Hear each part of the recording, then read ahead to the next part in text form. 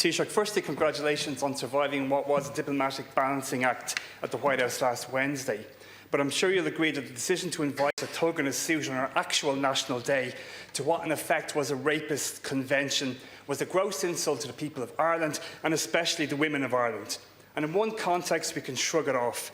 But at another level, Taoiseach, what this actually represents is a deliberate, if pathetic, attempt to interfere in our electoral processes, given that said individual has on multiple occasions indicated he wishes to run for the presidency.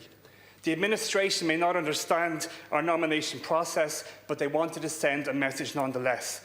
Is there a protocol for calling out such blatant interference? And if there isn't, perhaps it's time we developed one. In terms of the Deputy Gogarty, again, I mean, I think I'm not too sure it's an election interference event.